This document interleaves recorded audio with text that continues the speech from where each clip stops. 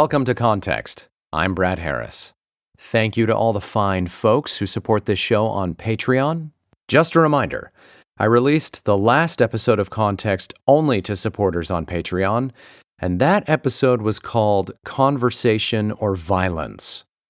As popular thinkers like Sam Harris have pointed out, there are really only two fundamental alternatives for how human beings mediate differences: conversation and violence. In the episode, I explored the question of how bad things could get if we swerved entirely toward violence and away from conversation. How savage can human beings become when violence seems to be the only option left? There are many historical cases that came to mind, but one of the worst examples of human violence on record occurred during World War II, no surprise, and I dove into it. It was a pretty graphic episode, as you can imagine, effectively rated R, but I think it was an important one. So if you're interested in hearing that supporter-only month of March episode, along with all of my other bonus episodes, head to patreon.com/Brad Cole Harris. Also, quick announcement about my other podcast series, How It Began. After more than 3 years of offering How It Began for free to everyone, I've decided that the time has come to retire the series. So I've removed the bulk of How It Began episodes from the free feed, and I'm offering the entire ad-free 20-episode series for sale on my website, bradharris.com. The cost is $20, works out to $1 an episode. So if you'd like to download your own copy of the How It Began series, head to bradharris.com. Links for everything are in the show notes. Okay, on with today's episode. Notes on Nationalism was an essay written by George Orwell in 1945, just as World War II was ending. It caused quite a stir at the time, but most people these days have never heard of it, overshadowed as it has become by Orwell's other masterpieces like 1984 and Animal Farm. Nonetheless, Notes on Nationalism remains one of the most powerful examples of Orwell's timeless insights into human nature, in this case, focused on our instinct to gang up on each other, our instinct for tribalism. The title of Orwell's essay, specifically his choice of the term nationalism, was born of troubled semantic labor. As Orwell confessed, quote, "I am only using the word nationalism for lack of a better," end quote. Back in the mid-1940s, the popular lexicon Orwell had to work within to appeal to lay readers was constrained by analytical preoccupation with the Second World War. But many of the terms popularized by the war, such as fascism, communism, and even totalitarianism, were too specific for Orwell to apply to the general human tendency toward groupthink. So he settled for the more generic term, nationalism. "There is a habit of mind," Orwell wrote, "which has, quote, not yet been given a name. As the nearest existing equivalent, I have chosen the word nationalism, but it will be seen in a moment that I am not quite using it in the ordinary sense, if only because the emotion I am speaking about does not always attach itself to what is called a nation. That is, a single race or geographical area. It can attach itself to a church or a class, or it may work merely in a negative sense, against something or other, and without the need for any positive object of loyalty." End quote. As Orwell goes on, it becomes clear that the term he was really searching for was tribalism. Why he did not choose that term can quickly be explained by a Google Ngram search, which reveals that the term tribalism did not come into widespread use until the 1960s, a generation after Orwell published his essay. I suspect, however, that his attempt to articulate the social pathology of tribalism helped to raise awareness about the problem, which would have accelerated tribalism's subsequent ascent into the vernacular. In the mid-1940s, He simply had to make do with the surrogate term, nationalism. Throughout my commentary on his essay, therefore, I have decided to substitute tribalism for nationalism in most places, and I trust that Orwell would approve. In any case, I think this move is more conceptually useful for us.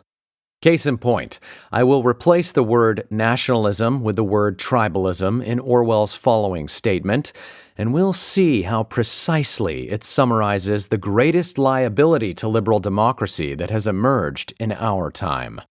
Quote, "By tribalism, I mean first of all the habit of assuming that human beings can be classified like insects, and that whole blocks or millions or tens of millions of people can be confidently labeled good or bad. But secondly, I mean the habit of identifying oneself with a single social unit, placing it beyond good and evil, and recognizing no other duty than that of advancing its interests." End quote. I think it would be hard to improve upon this description of what's poisoning American politics today, a widespread, systematic abandonment of recognizing human beings as individuals and judging them instead based on superficial group classifications, very much like insects indeed. The ultimate motivation of tribalists is power. That is, increasing the power of their own tribe at the expense of other tribes. Quite primitive. Tribalists tend not to view history in terms of human beings striving to make progress, but in terms of an endless zero-sum competition for power between groups of humans. And, as Orwell argues, tribalists don't simply identify with the strongest side, opportunistically. That would be far too rational. Instead, Orwell writes, quote, "Having picked his side, the tribalist persuades himself that it is the strongest side, and is able to stick to his belief even when the facts are overwhelmingly against him. Tribalism is power hunger tempered by self-deception. Every tribalist is capable of the most flagrant dishonesty, but he is also, since he is conscious of serving something bigger than himself, unshakably certain of being in the right." End quote. Anticipating Jonathan Haidt's brilliant insights in his book, The Righteous Mind, published in 2012, Orwell argued in 1945 that human beings tend to employ evidence, reason, and logic only after they have already made up their minds on a question, in order to justify a decision they have already made based on emotion. In other words, most of us tend to cherry-pick evidence that supports what we already believe to be true, and we curate the information we encounter out in the world based on how well it aligns with our pre-existing worldview. Social media algorithms and mainstream media producers have simply hijacked this bug in our software to addict us to their channels, like digital cigarettes. And it works spectacularly well. From Facebook and Twitter to Fox News and MSNBC, modern media companies have turned us all into media addicts by cashing in on our vulnerability to tribalism. It's like they've cast a powerful spell over all of us that's dissolving our will to defend the ideals of liberal democracy. Tribalism also turns out to be one of the main reasons why terrible leaders can maintain massive influence. When truth is not what matters, leaders can amass social power simply by signaling their tribal loyalty. Totalitarians and populists have been leveraging this tactic to stir up the mob for centuries. As Orwell explained over 75 years ago, quote, "Like astrologers, tribalist leaders can survive almost any mistake because their more devoted followers do not look to them for an appraisal of the facts, but for the stimulation of tribalistic loyalties." End quote. Even the most objective, quantifiable, verifiable information that undermines a tribalist's narrative, such as crime statistics, tax revenue, or epidemiological data, will be dismissed by tribalist leaders as a kind of treacherous distraction from the real issue. Ultimately, Orwell argued, these and other manifestations of tribalism converge on a kind of social madness, characterized by a few principles. Orwell's first principle of tribalism is obsession. Quote, as nearly as possible, no tribalist ever thinks, talks, or writes about anything except his own power unit. The smallest slur upon his own unit fills him with uneasiness, which he can only relieve by making some sharp retort. Nomenclature plays a very important part in tribalist thought. All tribalists consider it a duty to spread their own language to the detriment of rival languages. End quote.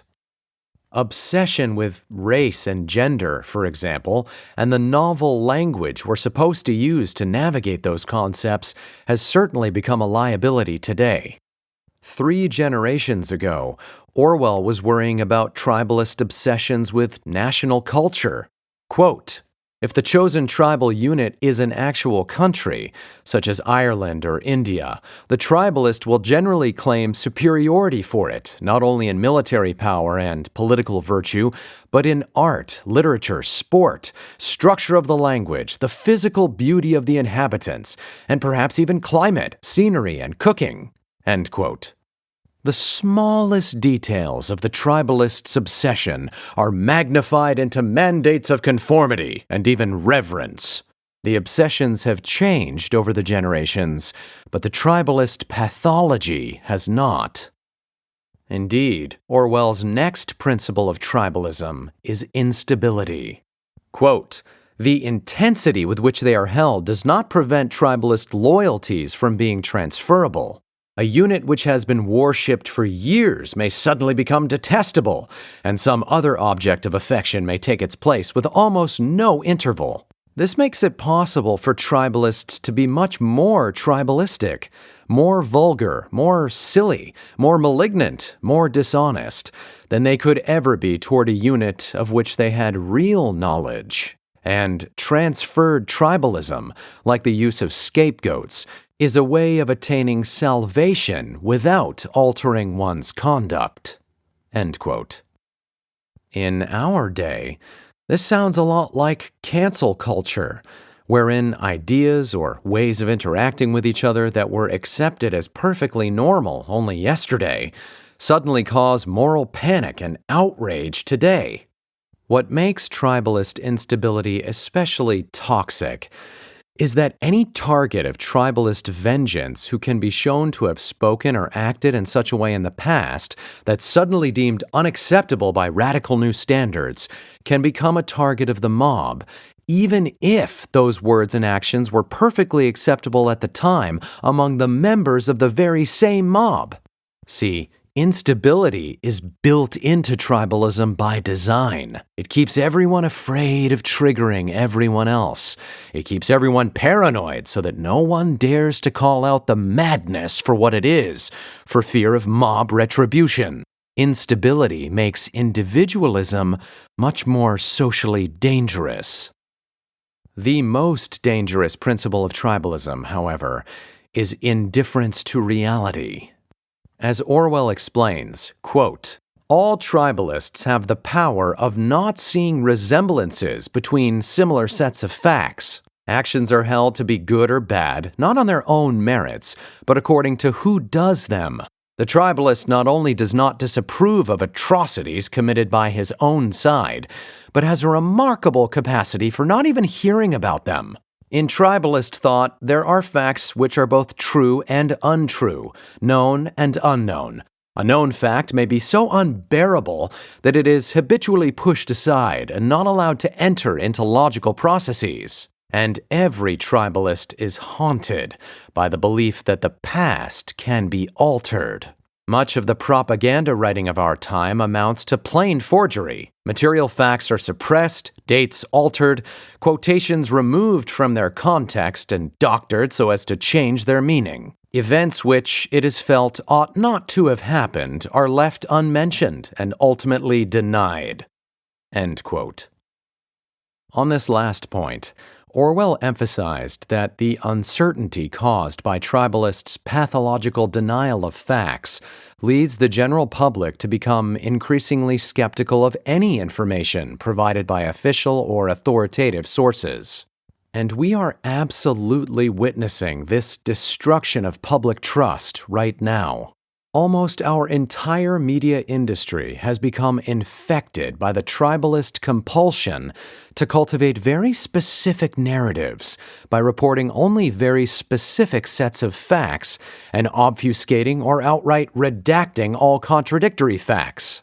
Some journalists have even begun to revise the past itself in order to support tribalist political activism in the present.